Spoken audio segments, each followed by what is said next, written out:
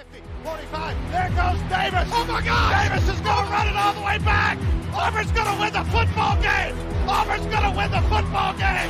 He ran the missed field goal back. He ran it back 109 yards. They're not going to keep him off the field tonight. Holy cow! Oh my God! Auburn wins. Auburn has won the Iron Bowl.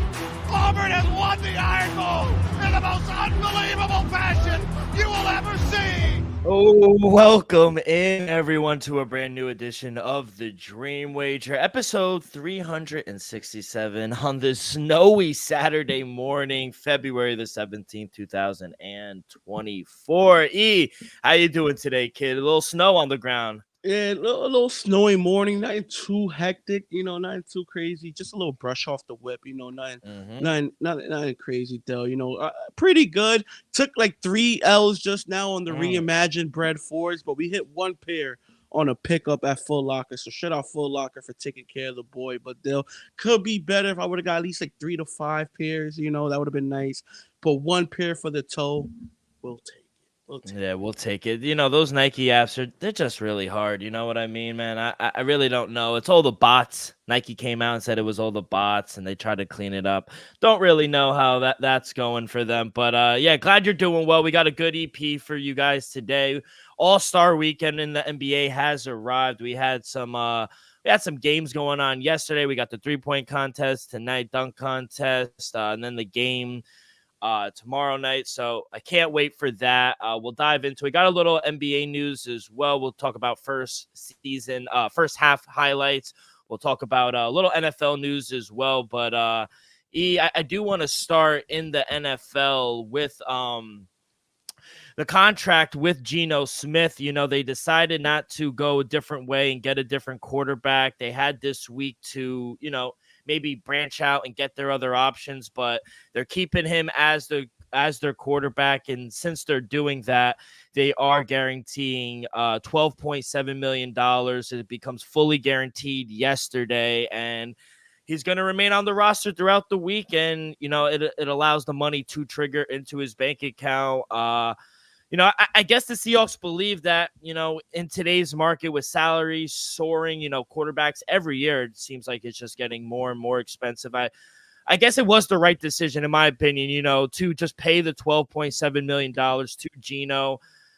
I think they do value him as their starter, I guess. And I guess I don't really know how the market would be with him on the free agency. I really don't know where he would kind of land if he didn't, if the Seahawks did decide to venture out. But are you surprised the Seahawks kept him? Oh, not at all, Dale. We saw Geno Smith. I understand he regressed a little bit last season that he did the year previous. But at the end of the day, Geno's still a borderline top 15 quarterback. I'm going to give him top 20 for sure. He's for sure a top 20. But at times, he could play a top 15. He could be a top 12 quarterback. At times, we saw the great game he played in Dallas. His defense wasn't able to overcome, Dak Prescott and company, but he was able to put up 35 in Dallas. That's so fair. We saw Geno Smith do great things in multiple situations, but we also see Geno do a couple bad things in a couple situations. Though I feel like for less than $13 million, this might be the best deal on the quarterback market this season. Not for nothing. Geno is going to give you around 3,000 to 3,500 passing yards. I'm gonna give him anywhere from 18 to 25 touchdowns, and I'm gonna give him around like 8 to 10 interceptions. Though he's gonna win you some games. Is he gonna clinch the number 1 seed, get you to the NFC Championship game? Probably not. But are you out of the race with Geno Smith? Absolutely not, Dale. As long as the defensive side of the ball could hang in there, stay healthy, you still got Kenneth Walker III. You got Chorbier, the running back as well. You got weapons on the outside. I understand Tyler Lockett's getting a little up there in age. I don't know if he's going to be a free agent or not, Dale. But I love, just the offensive repertoire that Geno Smith has to work with. So I think it's a great move, especially for the money. For less than $13 million, you're getting an above-average quarterback. It's a win-win situation. Yeah, I agree. I think now in today's market, getting like you said, Top 15, I would say, is very kind. I do think at times he plays like a top 15 quarterback, but there are some games where he doesn't. It's the inconsistency from him that kind of worries me. But you're right. When all things are going well, he's a top 15 quarterback. They have a two-headed monster in the backfield. I think now with the new head coach and Mike McDonald, excuse me, I think the defense is going to turn its stuff around. I think they need to shore up the offensive line. They have outside weapons in Jackson Smith and Jig, but you got DK. Tyler Lockett, like you said, is getting up there, but he's still balling at his age. So I think they need to shore up some things, protect Geno a little better. And if he plays well, like he did 2 years ago, this is a playoff team and they could win a game or two and, upset some people. So I think in today's market where quarterbacks are getting like, Danny Dimes got $40 million. Yeah, like Geno Smith. No offense to Daniel Jones, but if Daniel Jones getting 40, Geno deserves at least 35, 34 annually. And, at least 30 something. I think it's important to know also that if teams do want to inquire about Geno Smith, they have to trade for him now since he is locked in, and they have to take on that $12.7 million contract as well. Which is a deal. That's what I'm saying, which is a deal. It's like getting a rookie. It's like on a rookie contract. Personally, if I'm the Las Vegas Raiders, I'm making a call. If I could get Geno for like if I could get Geno Smith for a fourth round pick, then I'm doing it. Because think about it. Is Aidan O'Connell really the guy moving forward? Because at the end of the day, this is the predictable. They like him. I understand. Well, liking is one thing, but Antonio Pierce, this is your first year of being an official head coach. Are you gonna depend on your future / trust on Aidan O'Connell to protect your job moving forward? I wouldn't trust that. That's just me personally. Does the kid have potential to do some things? Absolutely.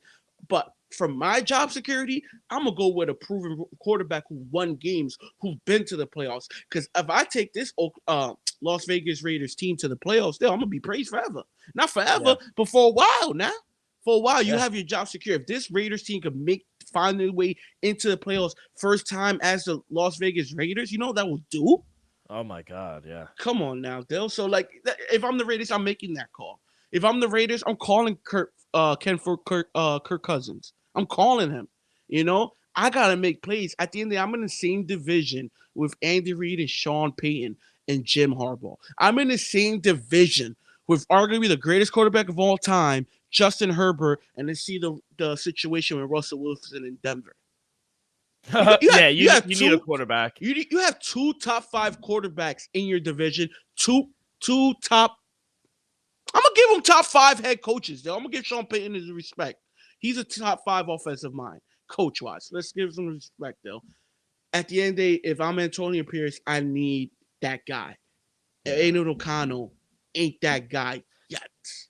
He's a good backup. He's a serviceable backup. He's just, I would agree. I just think he doesn't put you over the top. And I'm glad you brought up the Las Vegas Raiders because they were in news.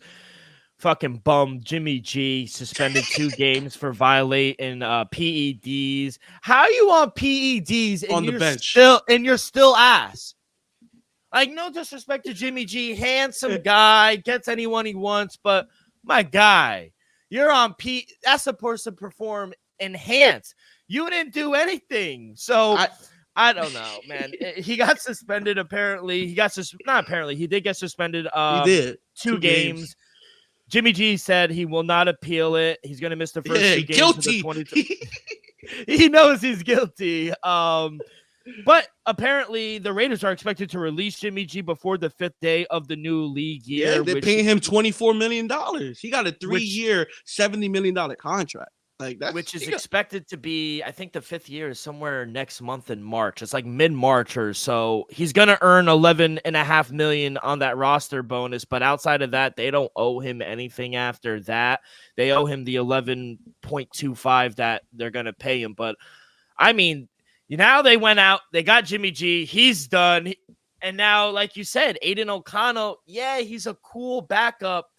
But you cannot go into training camp him as QB1, especially in that division. I agree 100%. You got to go out and get maybe a trade for a Geno Smith, which I don't think they will because Seattle needs a quarterback. Or you go out and get a Kirk Cousins, but do you really trust Kirk Cousins coming off a Achilles injury? That's my problem. I do like Kirk Cousins. I think Minnesota is probably going to stay.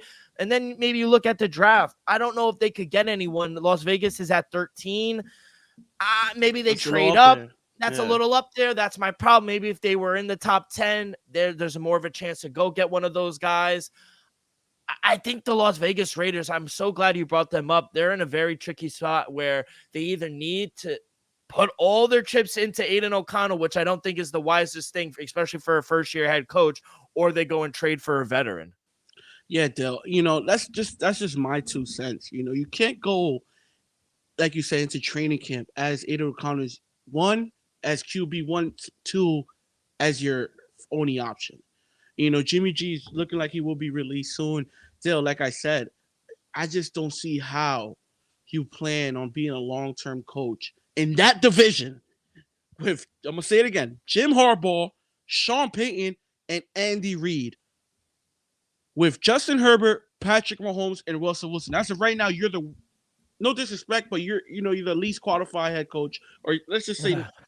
Let's be real, bro. Like Sean Payton, Jim Harbaugh, Andy Reid, they all been to Super Bowls. They all, that's what I'm saying. No disrespect to AP, but AP, you got what, 9 games? Like, Andy Reid fresh off a Super Bowl, Harbaugh fresh off a national championship game. My man Sean Payton, he's still like that. So like, you're not down. I'm just saying this. You got to coach yourself up. Those are Hall of Famers. Sean Payton, Hall of Famer. Andy Reid, Hall of Famer. Antonio Pierce, you might be a Hall of Famer one day, but like, you got to put yourself in position to compete with those guys. They got Justin Herbert. They got Patrick Mahomes. You can't go out there and bring a knife to a gunfight. Aiden O'Connell, he's good. I see the potential. But for the 2024 season, he's not there yet. And you got to remember, the Vegas Raiders are very quick to jump the gun and fire coaches. So if you don't perform in that division, they like you, AP, but you got to win. Winning solves everything. And if you don't win, you might be out the door next. Yeah, that's the thing. I think they could win. Doing things like scoring the most points in franchise history, beating Kansas City in Kansas City the first time in over 20 years. Those things can stick. But one thing that will really stick is making the playoffs. Yeah, 100%. Beating the Chiefs, beating the splitting every game in the division, maybe sweeping an opponent in the division. Those will stick. So I just hope that Antonio Pierce doesn't go in that division into training camp a knife into a gunfight. That's all. Because Aiden O'Connell, he's good. He's just you need a top at least 15 quarterback in that. Yeah, 100%. So we'll definitely keep an eye on that, see what they're doing. We are 68 days away from the NFL draft. It's around April, so just a few months out. Can't wait. We'll continue to break news and talk about all the transactions going on in the NFL. But Elvis, before we get into All-Star Weekend, I do want to get your quick thoughts on, the first half of the NBA season. Maybe some surprise teams, some disappointing teams. Right now, your Brooklyn Nets, 21-33. You guys are sitting right outside, about 2.5 games outside that playing game at the 10th seed the Atlanta Hawks have right now. Minnesota, the number 1 seed. Denver's the number 4. OKC's a surprising team. Cleveland Cavaliers, 9-1 in their last 10. Like, they are rolling right now. And some stat leaders throughout the NBA. Joel Embiid obviously hurt, but he leads the league in points. He's averaging 35 before getting hurt. Therese Halliburton, he's really developed into one of the best assists. He's averaging 12 assists per game. Victor Wembanyama is an 89 in 2K, which is crazy already. He's averaging 3.5 blocks per game. Shy SGA's really developed into a top 5 point guard in the league, I would say. Top 5. He might be what? Top 3? Top 2. He might not be too. So, yeah, I think SGA, he's the best Canadian player in the league. And no, that's no disrespect. Maybe ever. And that's no disrespect to Jamal Murray. I like Jamal Murray. He's an NBA champion. But SGA is on a different level. Like, without him, OKC is not where they are right now. So, what I guess what's your surprise team? What's your most disappointing team? And just overall thoughts on the first half of the NBA season. That's a two-mile and horror deal, but I'm gonna say OKC. I saw it coming. I told you this, Dale. They're gonna make some noise this season. Yeah. I took the over. I put I told the people OKC over. I think it was 41.5. They had 37. They're gonna fly. Yeah. Like I try to tell people, OKC's good. I told people as well, Minnesota. Dylan, I told you. You remember? I told you Anthony Edwards MVP Minnesota to win their division. So one thing is, I'm not gonna say shocking to me, but the Warriors being a 10th seed, even though I understand the whole Draymond situation, but when Steph Curry and Klay Thompson are healthy and they're just one game over 500, that's concerning to me.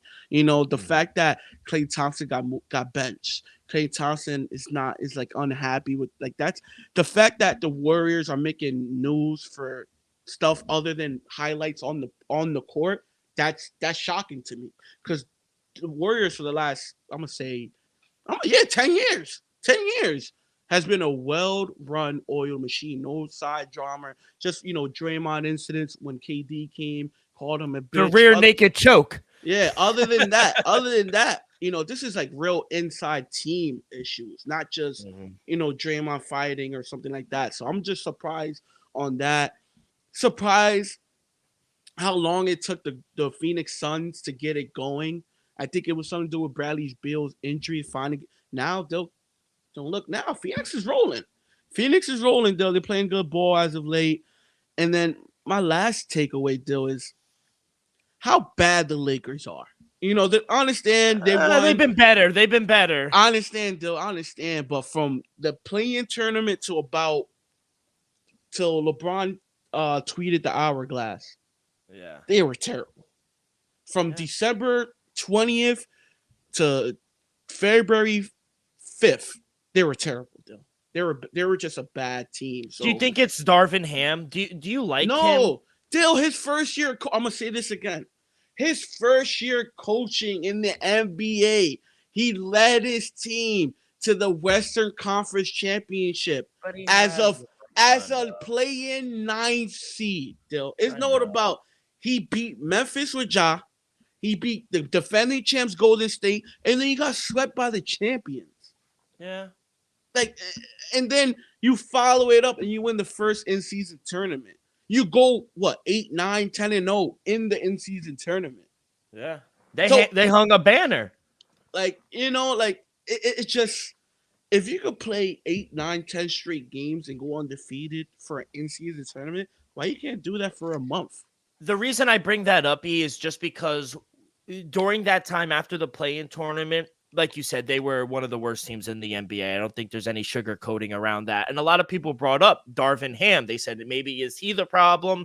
If they continue this throughout the All-Star break, he might be on the hot seat. And I had the same opinion as you. I said, wait, didn't this guy just get to the Western Conference Final? I understand he had LeBron. I'm just being devil's advocate with you. I'm sitting here like, I don't think it's Darvin Ham. I think it's depth. I think they don't really play defense, if I'm being honest. And I just don't think they have the firepower to go up against all these really good teams on top of the West. Minnesota, OKC, the Clippers, who I was their worst critic, but they've proven me wrong. Nuggets, the champs. You mentioned the Phoenix Suns. The Pelicans slowly but surely have come on as well. So all these teams that have all this firepower, I just don't think the Lakers were able to keep up with them, but they kind of found their identity a little bit, and they have been playing better within the last, I want to say 15, 20 games. They've been playing much better. I'm going to say 10 games. I'm going to say 10 games still. They're 7-3 in their last 10. Yeah, that's why. I'm going to say 10 games because before that, they were losing. They were losing bad. They couldn't cover a spread. They couldn't do none of that, Dill. So, it definitely ain't Darvin Ham. It ain't Darvin Ham. To me, it's at the end, they need guys to be healthy in rotation. Yeah. Jared Vanderbilt, he was hurt for a period of time. Now he's back.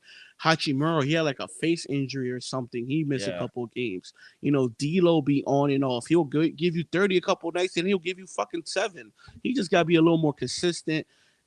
And overall, Gabe Vincent, where the fuck is he at? He was one of the best all season signings for the Lakers, and I think he only played 2-3 games all season long. Hopefully, he returns sometime soon. I love the addition of Spencer Dinwiddie. Personally, Dill, it's just, can they turn it around, clamp down defensively, and can LeBron bring them home? Because I don't think they want to be in another play-in tournament game again.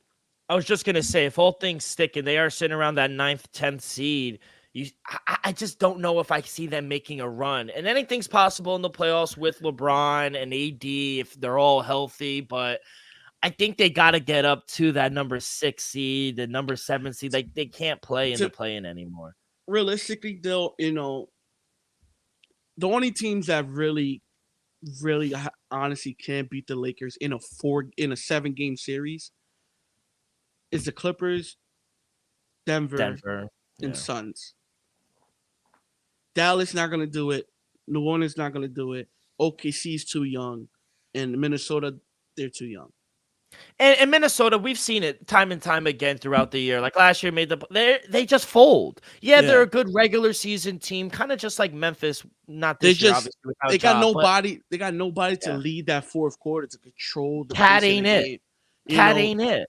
Cat is good. He's good, but he's not the guy. Anthony Edwards is the guy. It's just we saw Anthony Edwards go like 4 for 20 something last year in a game 5. He literally bricked every shot. He went like 0 for 9 from 3 in one of those games. And you got to understand, he's still young and finding his groove as well. Cat is an established player in this league. He needs to take over some games, and I just don't think he has that. Anthony Edwards has that. He's not afraid to take all the shots. It's just getting the consistency level up there. But I agree. I like Minnesota. Don't get me wrong. I think they can make some noise. I got to see it before I start betting them, Yeah, they got to win. They got to win a series or two. It's like like Memphis 2 years back. Remember Memphis was like the 1st or 2nd seed? Yeah, they're just a regular season team. Yeah, and then they lose to Golden State in 5 or 6 in the second round. Like, they're just not ready yet. Yeah, they're good. They're talented. The talent it's just, are they ready to win championships? They're not. They're simply not. Yeah, they're not. But yeah, overall, I thought it was a really good first half in the NBA. You had a lot of nice stories as well. Knicks doing good. It sucks Philly. Philly was the number 2 seed before the injury to Joel Embiid. Now they're dropped to the 5th seed. So they're struggling a little bit, but I do think they'll be fine. I don't think they'll drop too far. But yeah, overall, a really good first half in the NBA season.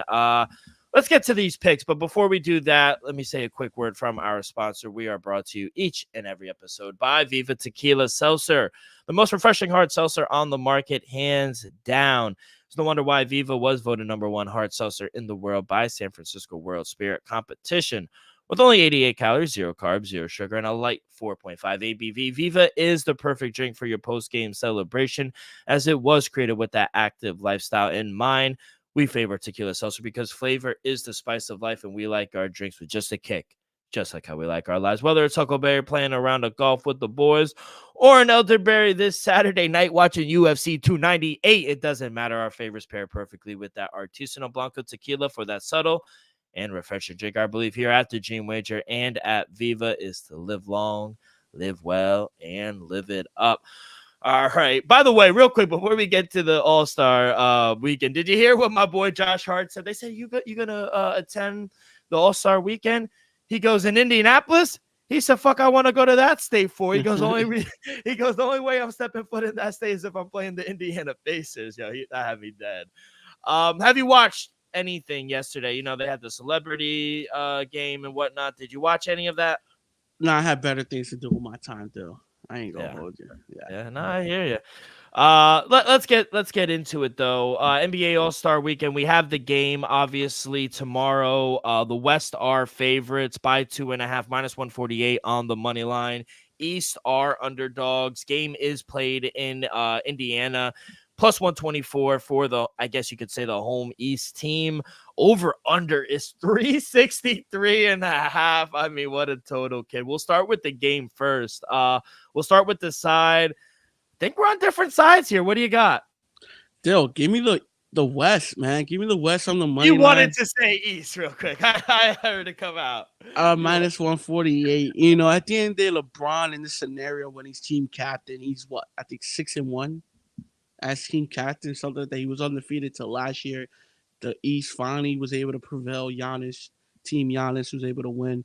Still, it's just I don't know what it is. I don't know if LeBron is just a great GM picking these teams, or they just go for the win, or they just be like, you know what, we're gonna host the finals. We want Game 7 because we know we're gonna be there. They're gonna go because still it seems like the West goes for it every year. So Team LeBron goes for it every year. So I just feel like the West is loaded. You know, you got even though Luka doesn't really take it serious and Jokic, but you still got LeBron, KD, Anthony Edwards, Shai Alexander. Like they just loaded though. Like that. Look, the East is loaded. Don't get it twisted. But the West is just firepower with firepower. So I'm gonna go with the West. If you want to lay the 2.5, by all means, people. Yeah, I'm going to go on the other side. Give me the East on the money line, plus 130. That's when I got it. You could still get plus money out there. I just think the talent on each side matters. You bring that up.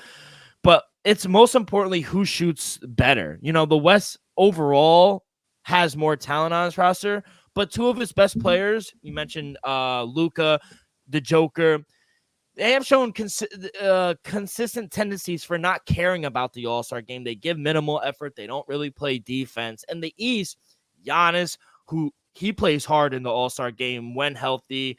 Damian Lillard, they got Tyrese Maxey, they got Halliburton in front of his home crowd. Jason Tatum, they bomb away threes at a high clip. I just think they're going to shoot the West out of the gym, in my opinion. I don't think the West should be favored, in my opinion. I think the East should be the favorite. I think the line should be flipped. I think we're getting a really good price on the East, so I'm going to go East on the money line. I got plus 130, but I'll take the plus 124 as well, kid. Yeah, I just think the East are just a better team. They have the better talent as well. And I just think they're going to take it a little more serious as opposed to the West. Let's go to we could stay here. We could, because there are some player props. You could do player points. You got specials as well as some books. But I'm looking at some of these lines, kid, and some of them are like SGA 16.5 overs, minus 115. Even Luka over 12.5 points. I mean, yeah, but he doesn't care. He's not gonna play. That's my thing. It's that plus Jokic money. Jokic is at 10.5. He's not gonna play. He doesn't care.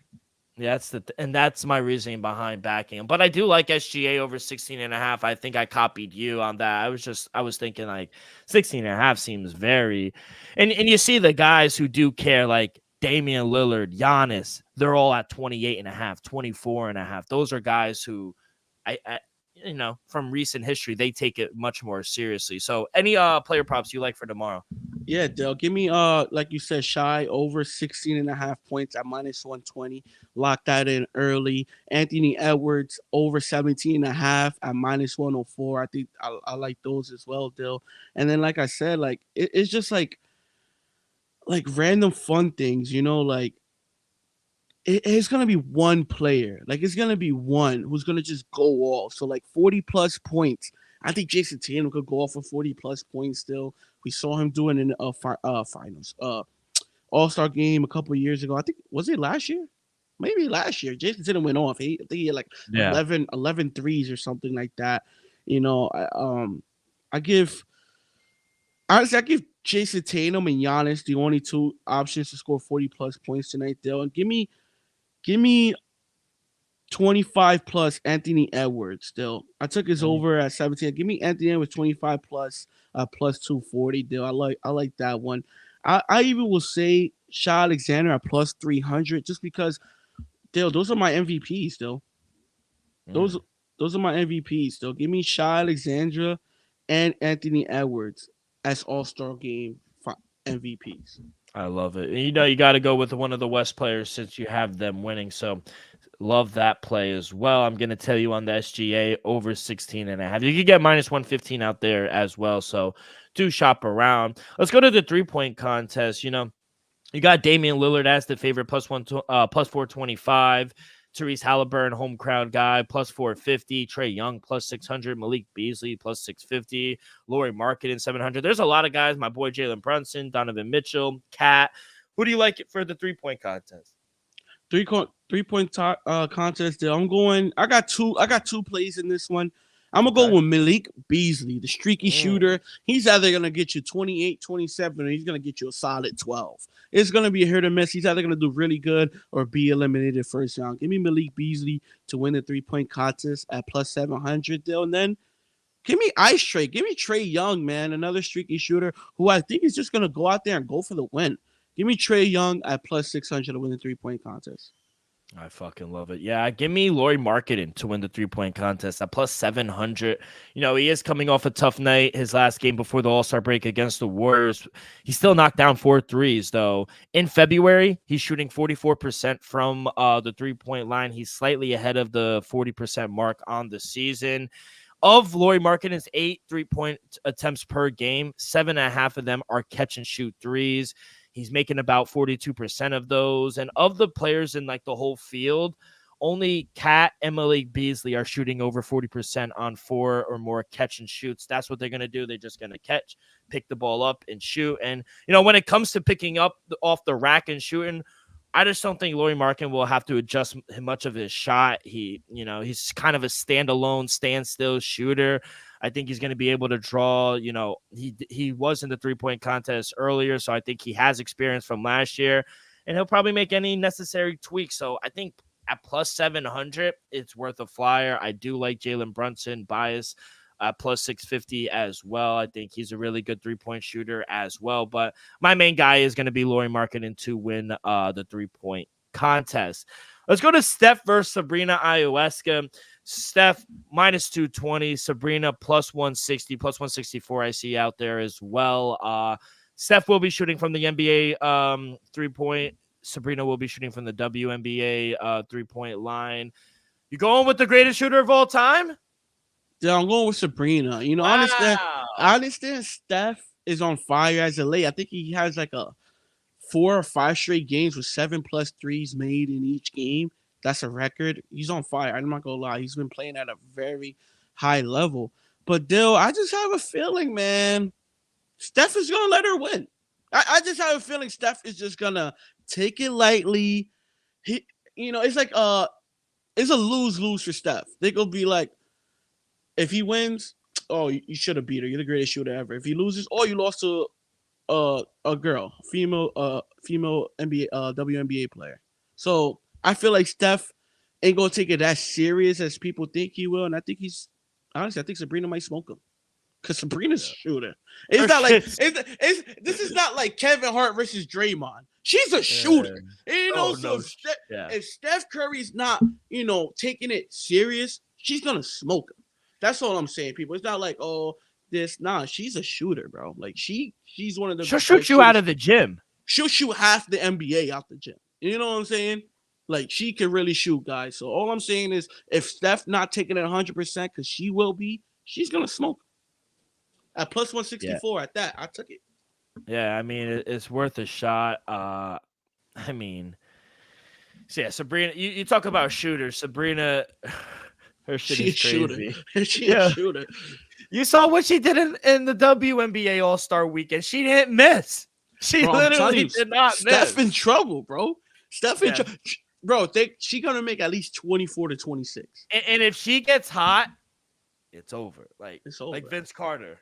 It's over. I will say, did you see Caitlin Clark break the women's all-time record in college? Bro, she went left. She went right. Shoot from the logo. I was in a group chat with a bunch of my buddies, and they were like, "Hey, did you see Caitlin Clark's performance? Oh, maybe she's just doing that because she's on Iowa. You think you could guard her?" And people in my group chat were saying, "Oh, she could give like 15-20 on me." I said 15-20. She'll have 100 on you. Like easy. she would pull it up from the logo, kid. I'm telling you, another one. She might be a top 10 player in the WNBA as soon as she steps there. And I'm not even exaggerating. Yeah, no disrespect to the WNBA, but she's just that. There are bowlers out there. She's just that nice. Yeah. I just wanted to give her flowers. I know she broke the all-time record. The way she did it was special. The way she did it, it would have, it's one thing to make a free throw, lay up 49 on them. Yeah, like she literally pulled up from the logo. Wow, like with a hand on her face too. Like she dribbled, she went cross left, cross right, boom, pulled it. I know. I think a lot of people don't like her for her antics because she seems damn right, she's cocky. She's the best player in the country. Yeah, I would be too. I just feel like it's like a hate or love thing. It's either you're gonna like her or you're gonna hate her. Her last national championship run when she lost to LSU, like she gained a lot of fans, but she also gained a couple of enemies. A lot of people didn't like how she did the John Cena "You Can't See Me." Then Angela Reese does it. It's a problem when she do it, but when Caitlin Clark does it, it's no issue. So to me, it doesn't matter. At the end of the day, let the kids play, bro. And at the end of the day, her game right now is elite. She's elite. Can't hate on her. You can't hate on greatness. She's great. Last time she's far from. She's way past great. And last time she went up again, and that's the thing. They're like, oh, she plays for Iowa. Let's see her do it against good teams. She had 35 against LSU. What are we talking about? And LSU players literally came out and said, we know she's gonna get her 30 to 40. It's just we can't let nobody else get hot. Just let her get her points. It's not. You can't even stop her. It's like LeBron. You got to contain them. You got to limit. You got to make her to force the ball out of her hands. That's 100%. Yeah, because she's gonna get 30 to 40 every night. But yeah, I just want to give her flowers. Caitlin Clark is a fucking killer. Any last words, kid? That's about it. We don't really have anything else. You watching the big pay-per-view tonight, UFC 298? Yeah, I'm gonna try my darnest to stay up now. It's kind of difficult to stay up past 12 o'clock these days, but it's not like it's too much snow to shovel, so we're gonna stay there. I got some drinks. We're gonna be up. Let's go. Can't wait for that. Elvis, thank you so much. That is going to do it for this Saturday edition of the Dream Wager. On behalf of our sponsor, Viva Tequila, Elvis, myself, we'll see you guys on Wednesday. We'll recap the NBA All-Star. We'll have some plays for the second half of the season as well, and maybe any NFL news as well. So make sure you guys follow along on social media, X and Instagram at the Dream Wager. You guys can find all of our episodes wherever you listen to podcasts, Apple Podcasts, Spotify, Stitcher. We go live every Wednesday and Saturday on YouTube, youtube.com/The Dream Wager. Hit that like button, subscribe, rate, give us a review. Comment below who you'll be betting on this NBA All-Star weekend. All that good stuff really helps the show grow tremendously. So be a friend, tell a friend. Everyone have a great weekend. Good luck on your wagers. Be safe, be well, and we will see you guys down the road.